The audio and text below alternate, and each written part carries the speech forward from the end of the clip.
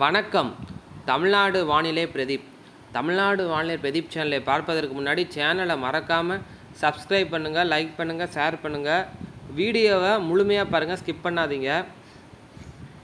இப்போ வங்கக்கடலில், அதாவது நம்ம ஏற்கனவே ஒரு 3 நாட்களுக்கு முன்னாடி அந்த உருவான அந்த காற்று சுழற்சியானது தற்போது ஒரு காற்றழுத்த தாழ்வு நிலையாக, இன்று மதியத்துக்கு பிறகு ஒரு காற்றழுத்த தாழ்வு நிலையாக அது ஒடிசா மற்றும் அதை ஒட்டியுள்ள பகுதிகளில் நிலவும் என்று எதிர்பார்க்கப்படுகின்றது.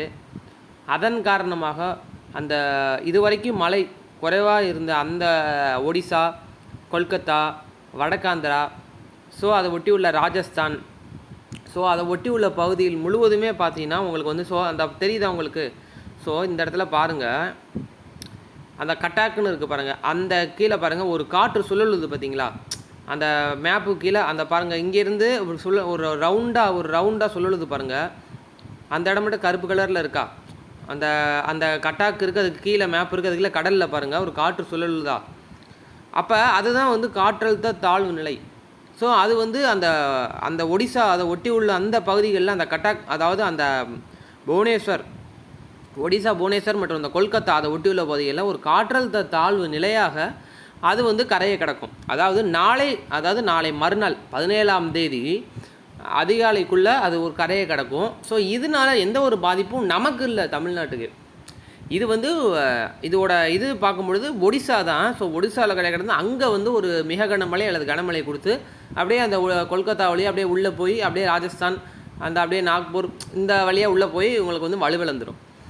இதனால் என்ன ஆகும்னா நமக்கு ஒரு பெரிய லெவலில் பாதிப்பு இருக்காது. இதனால் அந்த கேரளா ஒட்டி உள்ள பகுதிகளில் மிதமான மழை வாய்ப்பு இருக்குது வரக்கூடிய நாட்களில் நேலேருந்து. அதே போல் தமிழகம் மேற்கு தொடர்ச்சி ஒட்டியுள்ள பகுதிகளில் மேகமூட்டமாக இருக்கும், சில இடங்கள்லாம் லேசான முதல் மிதமான மழை. அந்த லெவலில் தான் இருக்கும். இந்த காற்றழுத்த தாழ்வு நிலையால் தென்மேற்கு பருவமழை அந்தளவுக்கு உனக்கு ஈர்க்காது. காரணம் மான்சூனோட சர்ஜுன்னு சொல்லுவோம். அது இந்த மான்சூன் சர்ஜுங்கிறது அது இந்த அதாவது நான் ஏற்கனவே பெனின்சுலர் அதில் இருக்குது. நான் ஏற்கனவே சொல்லியிருந்தேன், அந்த பெனின்சுலா பிளாட்டியூவில் இருக்கிறதுனால உங்களுக்கு மான்சூன் சர்ஜ் உங்களுக்கு இமாலய பகுதி, அதாவது உங்களுக்கு அந்த இமாலயா அதை ஒட்டி உள்ள பகுதிகளில் அந்த இடத்துல இந்த குஜராத் வழியாக அந்த இடத்துல உங்களுக்கு மான்சூன் கொஞ்சம் அந்த சர்ஜ், அது மான்சூனோட அந்த மையப்பகுதின்னு சொல்லுவோம், அதனுடைய சர்ஜுன்னு சொல்லுவோம். அந்த பகுதி உங்களுக்கு அங்கே இருக்கிறது காரணமாக உங்களுக்கு நமக்கு அந்தளவுக்கு கேரளாவுக்கும் சரி அந்தளவுக்கு ஒரு பெரிய லெவலில் மழையை கொடுக்காது. எம்ஜிஓட மூமெண்ட் இப்போ பார்த்தீங்கன்னா ஆக்சுவலாக இது பே ஆஃப் பெங்காலில் இறங்கணும். இந்திய பெருங்கடலிருந்து பே ஆஃப் பெங்காலில் இறங்கணும். அதாவது இது பே ஆஃப் பெங்காலில் இறங்கலை, அதாவது வங்கக்கடலில் எம்ஜிஓட ராசி பே சரி இறங்காமல் திருப்பி ரிட்டர்ன் ஆகுது 24ஆம் தேதி, அதாவது 21ஆம் தேதிக்கு பிறகு, அதாவது 20ஆம் தேதிக்கு பிறகே நம்ம சொல்லலாம், 20 இல்லை 21ஆம் தேதிக்கு பிறகு திருப்பி நம்மளோட இந்திய பெருங்கடலில் மேற்கிந்திய பெருங்கடலில் நல்ல தீவிரமான எம்ஜிஓ மற்றும் ராசி வேவ்னு சொல்லுவோம். எம்ஜிஓங்கிறது அதிக மேகக்கூட்டங்களே உருவாகக்கூடிய ஒரு நிகழ்வு தான். ஒரு சாதாரண தாழ்நிலை இருந்துச்சுன்னா அது ஒரு தீவிரமாக இதாகும். இது பொது தான், எல்லா இதுக்குமே இது பொது தான், தீவிரப்படுத்தும். அது எம்ஜிஓங்கிறது அது அதிகமான வெப்பத்தை வரும்பொழுது வெப்பத்தை கடலோட வெப்பத்தை அதிகப்படுத்தும். அது எந்த இடத்துல வருதோ அங்கே உள்ள வெப்பத்தை அதிகப்படுத்தும், போகும்போது வெப்பத்தை கம்மி பண்ணிவிட்டு அது கிராஸ் ஆகும். இதுதான் அதோட நிகழ்வு. அதனால தான் அந்த இடத்துல வெப்பத்தை அதிகப்படுத்தும் போது ஒரு தாழ்நிலையாக இருக்கும் பட்சத்தில் அது கடல் வெப்பம் அதிகமாகும் போது உங்களுக்கு புயலாகுது, இந்த மாதிரி ஆகுது. அது திருப்பி 20ஆம் தேதிக்கு மேலே நம்மளோட இந்திய பெருங்கடல் வர்றதுனால 20ஆம் தேதிக்கு பிறகு திருப்பி நம்மளுடைய சவுத் இந்தியா, தென்னிந்தியா பகுதியில் மழையின் அளவு அதிகரிக்கும். அதே போல் கேரளா பகுதியிலையும் 23ஆம் தேதிக்கு அப்புறம் மழையின் அளவு அதிகரிக்கும். 20ஆம் தேதிக்கு அப்புறமே உங்களுக்கு கனமழை பெய்ய ஆரம்பிச்சிடும். இதே தான் தமிழகம் மேற்கு தொடர்ச்சி ஒட்டி இருப்பது எல்லாமே உள் மாவட்டங்களில் பார்க்கும் பொழுது உங்களுக்கு அந்த கன்வெக்ஷன் சொல்லுவோம்ல, அதாவது காற்று உங்களுக்கு திசை மாறி உள் மாவட்டங்களில் எப்போவுமே பார்த்திங்கன்னா அந்த செப்டம்பர் மாதம் வரும். இப்போ ஆகஸ்ட்லேயே வருது லாஸ்ட் வீக்கில். உங்களுக்கு அந்த காற்று திசை மாதிரி இருக்கும் பட்சத்தில் உங்களுக்கு தண்டர்ஸ்டார்ம் ஃபார்ம் ஆகும். மேற்கு காற்று வரும், கிழக்கு காற்று மோதும். ஒரு காற்று சுழற்சி இலங்கை ஒட்டி உள்ள பகுதியில் உருவாக வாய்ப்பு இருக்குது. அது காற்றழுத்த தாழ்வு நிலையாக கூட வரதுக்கு வாய்ப்பு இருக்குது வரக்கூடிய நாட்களில். அதை பற்றி நம்ம தெரியும் இப்போ என்னங்கிறத. இப்போதைக்கு ஒரு காற்று சுழற்சி இலங்கை கிட்டையும், ஒரு நீண்ட காற்று சுழற்சி இலங்கையிலிருந்து வட தமிழகம் வரையும், அதே போல் கல்ஃப் மண்ணிலிருந்து ஒரு காற்று சுழற்சியும், அது ஒரு நீண்ட காற்று சுழற்சியும், அதாவது அந்த காற்று சுழற்சியுடன் இணைந்த காற்றும் நம்ம தமிழகம் முழுவதும் இருப்பதனால அந்த காற்று சுழற்சி எங்கேருந்து காற்று இருக்கும், தமிழகம் மூடாக இருக்கும். அப்போ அந்த தமிழகம் மூடாக இருக்கும்பொழுது ஈரப்பதத்தை, அரபிக்கடலில் உள்ள ஒட்டுமொத்த ஈரப்பதத்தையும் எடுத்து அது ஒரு தண்டர்ஸ்டார்ம்ஸ் நம்ம உள் மாவட்டங்களும் சரி, நம்ம தமிழக கடலோர மாவட்டங்களும் சரி மழையை கொடுக்கும் அமைப்பாக 20ஆம் தேதிக்கு பிறகு அமையும். அது ஒன்று கவனிச்சுக்கோங்க. இதை நான் பாருங்கள், நான் 21ஆம் தேதி நான் இப்போ எடுத்து வச்சுருக்கேன். இதில் ப்ரெசிபிடேஷன் கொடுப்போம். ஸோ இதில் பார்த்தீங்கன்னா பாருங்கள், உங்களுக்கு அந்த 21ஆம் தேதி வாக்கில் உங்களுக்கு தெரியுதா, உங்களுக்கு அந்த காற்று சுழலுது பாருங்கள், தெரியுதா உங்களுக்கு? வடகிழங்கைக்கு மேலே பாருங்கள், அந்த காற்று சுழந்து மழை கொடுக்குது. அந்த டெல்டா பகுதிகளுக்கு கிழக்கிலேருந்து காற்று வரும்.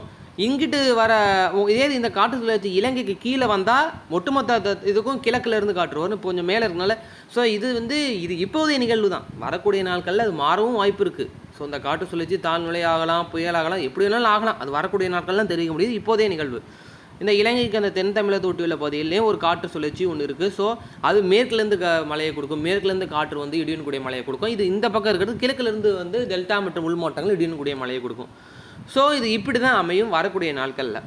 ஸோ மீனவர்களுக்கான வானிலை இருக்கையை பொறுத்தவரையும் பார்த்தீங்கன்னா, அந்த மன்னார் வளைகுடா மற்றும் அந்த இலங்கை கிட்ட அந்த கன்னியாகுமரிப்பட்ட மன்னார் வளைகுடா பொதுவாக 40 முதல் 50 கிலோமீட்டர் வரையில் காற்று வீசும். அந்த கல்ஃப் மன்னார் பகுதியில் அங்கே வந்துட்டு மீனவர்கள் மீன் பிடிக்க செல்லோன்னா வரக்கூடிய நாட்களில் சரி தொடர்ந்து காற்று வீசிக்கிட்டே தான் இருக்கும். 25ஆம் தேதிக்கு அப்புறம் கூட காற்று அதிகமாக இருக்க வாய்ப்பு இருக்குது.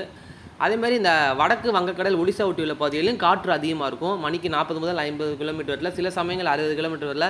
அங்கே மீனவர்கள் பார்த்து எச்சரிக்கையாக மீன் பிடிக்கணும். விவசாய நண்பர்கள் பொறுத்த வரைக்கும் இந்த 20ஆம் தேதிக்கு மேலே கொஞ்சம் மழைக்கான வாய்ப்பு அந்த டெல்டா பகுதிகளில் இருக்குது. அதனால் அந்த டயத்தில் நீங்கள் 20ஆம் தேதியிலேருந்து ஒரு 27ஆம் தேதி வரைக்கும் பீக் பீரியடாக இருக்கும். தமிழகத்தில் மான்சூன் பீரியடாக இருக்கும். அந்த தமிழகத்தில் மழை காலமாக இருக்கும். அந்த டெல்டா ஒட்டி உள்ள பகுதிகள் அந்த விவசாய நண்பர்களும் சரி, தமிழக உள்ள விவசாய நண்பர்களும் சரி, மேக்ஸிமம் டெல்டாவுக்கு நல்ல மழைக்கான வாய்ப்பு இருக்குது. தென் தமிழகத்துக்கு நல்ல மழை வாய்ப்பு இருக்குது. கடலோர பகுதி முழுவதுமே நல்ல மழைக்கான வாய்ப்பு இருக்குது. சென்னையிலேருந்து கன்னியாகுமரி வரைக்கும் அந்த இடப்பட்ட பகுதியில். ஸோ அங்கே உள்ள விவசாய நண்பர்கள் கொஞ்சம் எச்சரிக்கையாக இருக்கணும். ஸோ இதை பார்த்தாலே தெரியும். 22ஆம் தேதி தமிழகம் முழுவதுமே உங்களுக்கு பாருங்கள், இங்கிட்டிருந்து காற்று சுழற்சி இங்கேருந்து காற்று இழுக்குது. எது வழியாக இழுக்குது? இங்கேருந்து மணல் கூட இட்டு அந்த காற்று சுற்றி உள்ளே போகுது, ஈரப்பத்தை எடுத்துகிட்டு உள்ளே போகுது. சரிங்களா?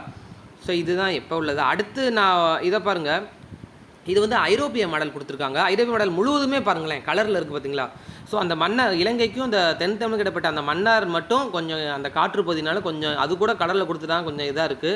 ஸோ மற்றபடி தமிழகம் முழுவதுமே எல்லோ, ஆரஞ்சு எல்லா இடத்துலையுமே தண்டர்ஸ்டார்ம் சைன் கொடுத்துருக்காங்க. தமிழகம் முழுவதுமே 24ஆம் தேதி வரைக்கும் நான் கொடுத்துருக்கேன். இன்னையிலேருந்து 24ஆம் தேதி நீங்கள் ஃபோர்காஸ்ட்டு.